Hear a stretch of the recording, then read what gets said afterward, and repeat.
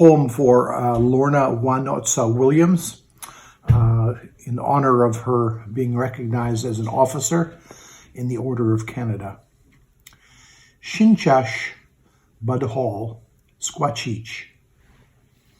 I'm a settler Canadian, son of George and Winona Hall, having lived many years on the traditional territory of the Mississauga of the Credit River.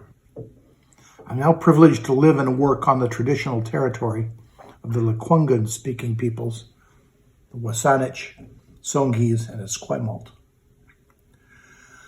Kamukacha is the energy of a group attuned to its collectivity. Wish is bringing the gift of learning to the group. Kachitla is our seeking stillness in lives of chaos. Akakwel acknowledges what we know as we prepare to learn from others.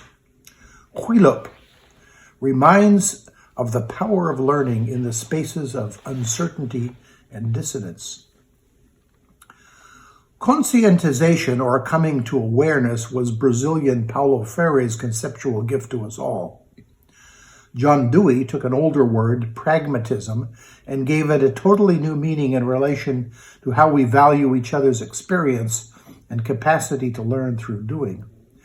Both of these clever fellows, working from the palette of the Western canon, brought us one concept each. But Wanosts'a, from the richness and depth of her language, Ukamich, brings us not one, but 5 pedagogical concepts. Listen to these sounds again. Kamukacha, wish, kachitla, akakwel, huilup. These sounds may make your ears dance strangely today as we hear these for the first time. But be sure of one thing. What Wanosts'a has brought us into these colonized and contested spaces of university and community will one day roll more easily off our tongues. For she is part of a generation of indigenous intellectuals and their allies, some of whom are here tonight, who are shifting the boundaries of what we have called knowledge. These words and many more in the other indigenous mother tongues of our land will one day be part of the necessary conceptual backpacks of all of us. But she has brought us much more than intellectual concepts in her time with us. Because of you, Wanosts'a, we have Shlelong Shweka, the old man welcoming post in the Faculty of Education, who ceremonially emerged from his 1,000-year home in the cedar log, set free by students and master carvers working together. You brought us opportunities to learn in an indigenous way about the fabric arts, about storytelling, about song keeping. You led us in the creation of our first mandatory course for all teachers in Indigenous education. You knew why we needed to create a program in Indigenous counseling, and you created it. You taught the University Senate Planning Committee and the Senate itself that we need an undergraduate degree in Indigenous language revitalization.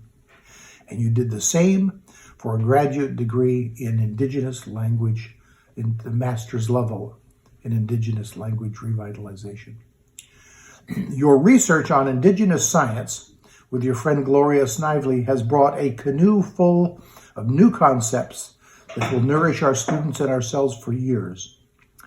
But as remarkable as these achievements are, they're not the only things that Wanosts'a has been doing.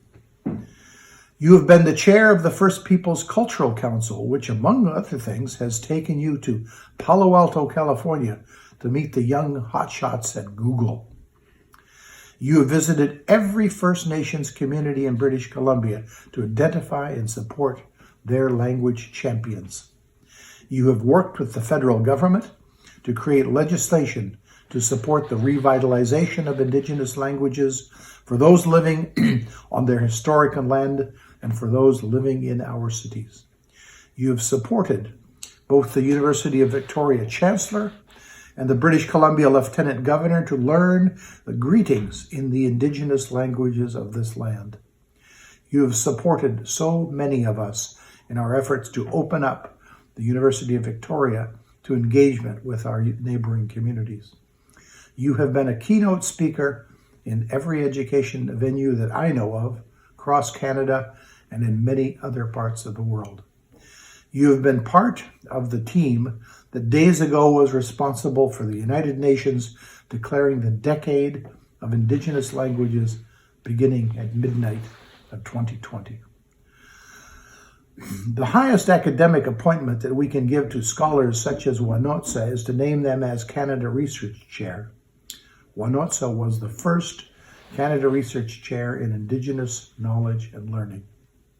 And now, to our very great delight, we have learned that she has been appointed as an officer in the Order of Canada. So the question you may be asking yourself is, how could she have managed to accomplish so much? Let me offer a few thoughts in this regard.